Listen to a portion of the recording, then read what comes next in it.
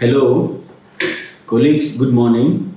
I called this meeting of all the staff of Passion Drive Coaching and Consultancy because of the recent outbreak of the coronavirus disease, COVID 19. In fact, 9 days ago, when Ghana recorded the first case, today we are told that we have 16 cases confirmed in Ghana. What is more serious is that there have been two cases which there is no known contact to any confirmed case or cases. And also, those two confirmed cases, there's no history of any of them having traveled outside the country for some time now. So all that happened was that the two people were sick, in fact, at different places in Ghana.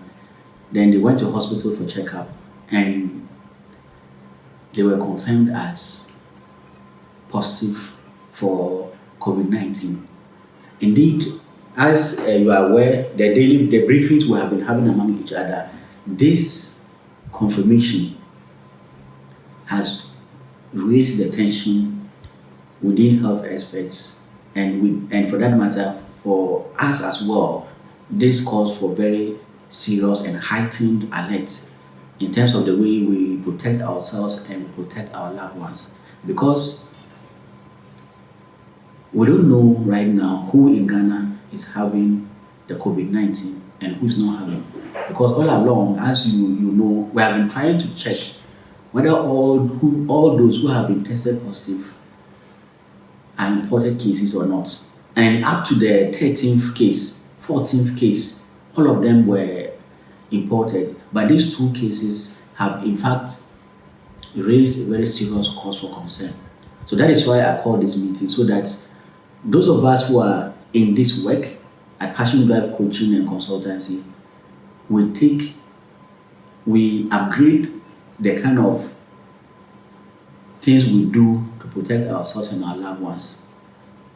One of them, which we have been doing, that we want to continue to do, is that the social distancing, where if it's not very necessary, we don't meet each other very closely to share bodily fluids and other kinds of droplets from our bodies. Let's continue doing that.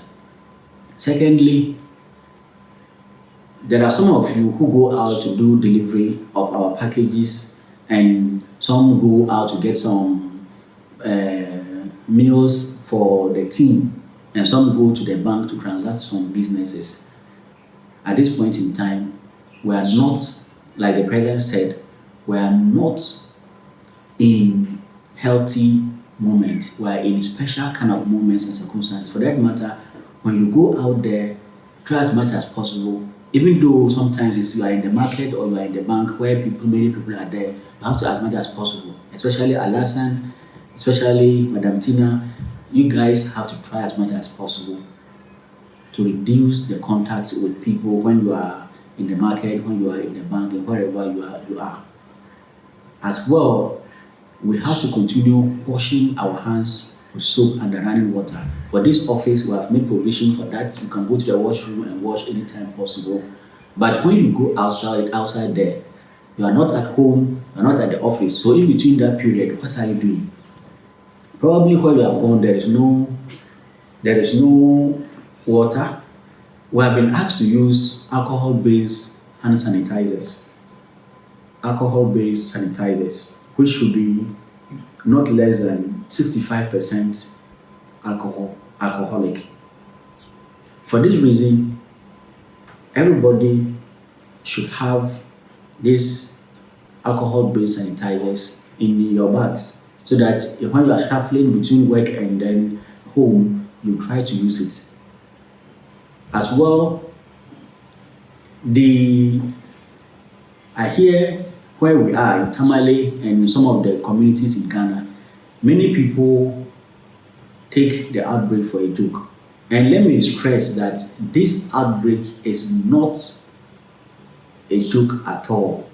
So you see so many people still gathering, more than 25 people, and you ask yourself, haven't they heard the directive from the government or what? So when you are in the midst of people and somebody just begin to sneeze or to cough, just protect yourself by, if possible, if happens voluntarily by the person not protecting, you can just block your nose, or you can do this to block yourself and just attack the person. By attacking the person, what I mean is tell the person what you have done is completely wrong. You need to cover whatever cough or sneezing you have so that you don't drop any excreta from yourself, so to get people at risk. And you leave that environment almost immediately. I wouldn't recommend, like the health people say, that you should wear a nose mask. You don't have the disease now, so why would you be wearing a nose mask? So the only thing that you can do is to protect yourself from other people coughing on you, sneezing on you, or leaving some droplets on your body. At Passion Drive Coaching, as you know, we have taken this particular outbreak very, very seriously because it has lots of economic and social impact. And especially with the economic impact, you know that most of our clients are people who do businesses, people who do some work. So because of this kind of outbreak, most of them have stopped doing their businesses because they fear that they may end up contracting one disease or the other. And some of them, because of the nature of businesses they do, you notice that they are following the government directive. Those who are operating schools, those who are operating, running events, management, and those kind of services, they have stopped because people cannot gather more than 25. So we need to be extra careful, especially you are Alasan. You need to be very, very careful because you go out most often to transact businesses in town and come back. You need to be extra careful. Shaking of hands, it has stopped. Even the people saying that you need to do this and then you greet, it doesn't matter. You say good afternoon, good morning, and you are fine to go. Why do you even have to tell when we say you should do this and cough in, so you do this and cough and then you do this and share it or what? They say no. So with respect to the alcohol-based sanitizers, if you have one like this, if you must use it, look, the health experts advise that you use it as if you don't even need to use it for the second time again by pouring a lot of it. When you pour a lot of it into your hand, then what you do is you dip your fingers in this like this. You dip your finger in it like this. You pour some here, you dip your fingers in it like this, all the 5 fingers. Then you rub it very well that all the germs that are inside the nails will die. Before you now rub around, you now wash around in between the hands and then behind the back of your hands, and then you wash thoroughly till every corner of the hand gets a portion of the sanitizer wet before you do this and it dries up, or you leave your hand and later the air will dry it. You don't have to do it small and then you do this. No. That's not the way they use hand sanitizers. This disease is very, very important, and I trust that Mr. Jan, Madam Tina, and co, all of you here are going to ensure that everybody in Passion Drive complies with the government directive for social distancing, prevent not going into the public and using hand-based sanitizers, washing hands with soap, and then generally protecting ourselves from this particular disease. This disease is very, very, very, very serious, and you can see that most countries have shut down their borders. People don't come in again. And tourism is suffering. Hotels are suffering. Let us try as much as possible to ensure that we are safe, our friends, our clients are safe. I even heard that some people in Tamale don't take this thing that serious, and some even gather to still pray. In fact, let us continue to educate people through our WhatsApps, educate people through our Facebook pages that this thing is now serious. But I'm told that the period from today till the next 2 weeks is the most important period within the infection control, where when we had our first case about 9 days ago, we are told that in terms of pandemic control, the infections are likely to increase up to some point before it begins to dip. So if you hear that we had 11 cases, we had 14, now we have 16 cases, we're likely to have 20, 25, 30, 40, even other experts even say we may have up to 100. But the point is that up to these 100 cases, we're not likely to record more if within these 2 weeks we are able to do all the things that health experts advise us to do, which I've already mentioned. Staying about 1 meter away from people, preventing sneezing on people, preventing others also sneezing on you, also ensuring you wash your hands with soap whenever you go out and come, and stop touching your face, your nose, your eyes, your mouth.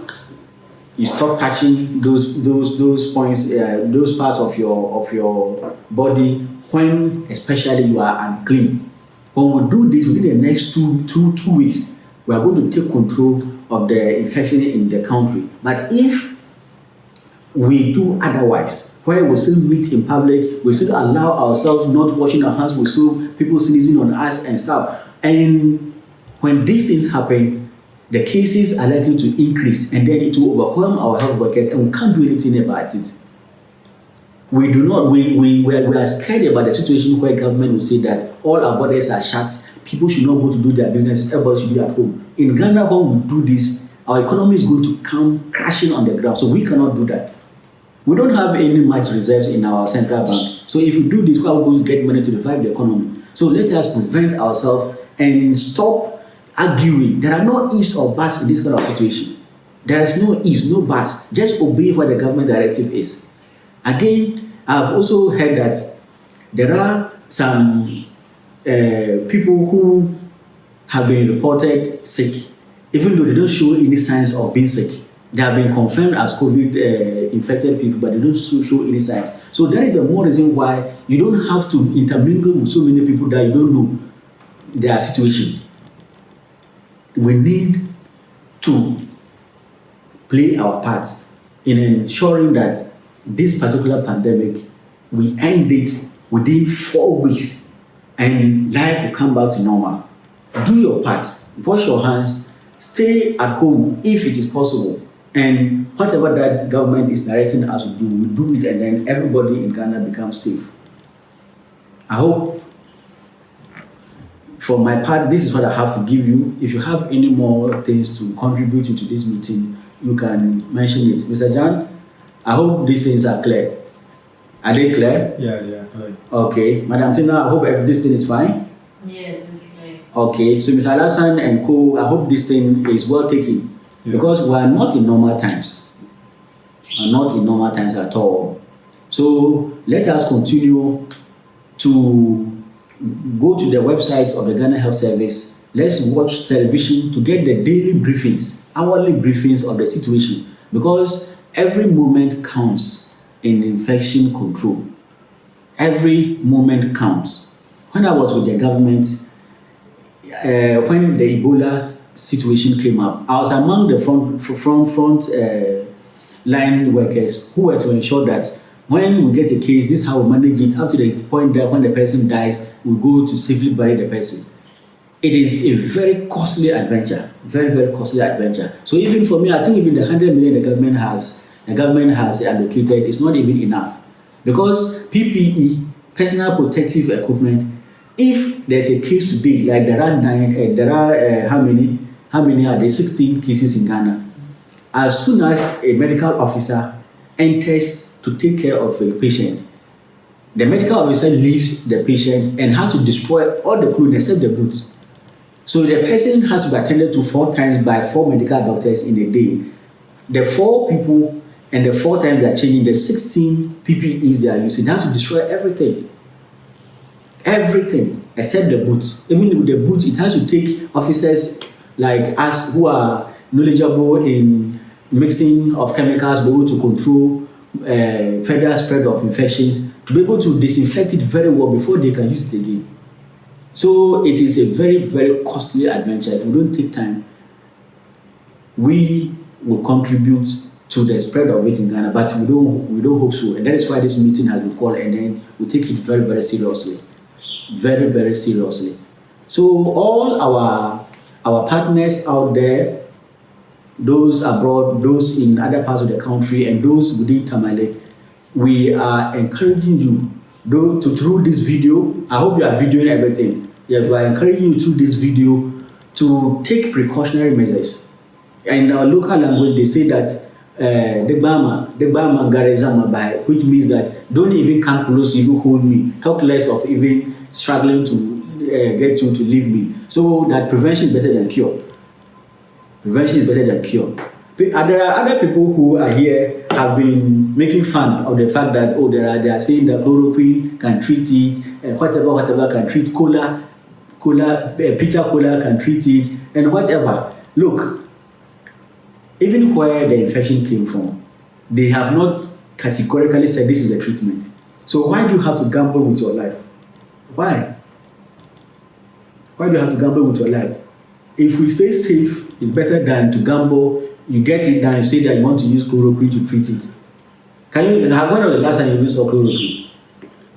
If these hand sanitizers are getting finished, if immediately people are reported to have the cases and they say chloroquine is treating it, can you get chloroquine to buy? You can't. Even if you can get it to buy, you don't have the money to buy it. So just let us prevent ourselves, and then we will be able to stay alive and serve people, be able to coach people, be able to train people, be able to mentor people, and the world will become a better place for all of us.